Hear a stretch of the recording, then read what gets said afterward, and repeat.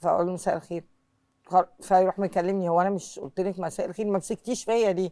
يعني فاهمه اللي هو بيبقى عايزك تصالحيه برضه، فهو دمه خفيف الصراحه. الطيبه والحنيه بتخليكي ان انت عايزه تكملي، بتخليكي ان انت عايزه تعيشي. هو حنين جدا.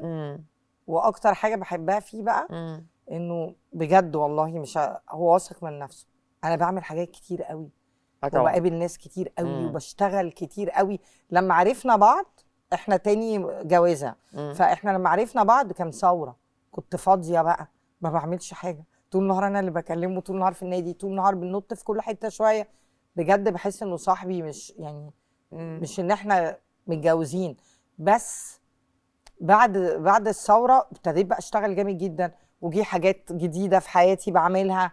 فلا مش اي راجل يفرح لنجاح مراته كده او يكبر مراته كده، يعني مبسوط لنجاح. بصراحه اشهد له لا، واحد غيره كان زهق من زمان.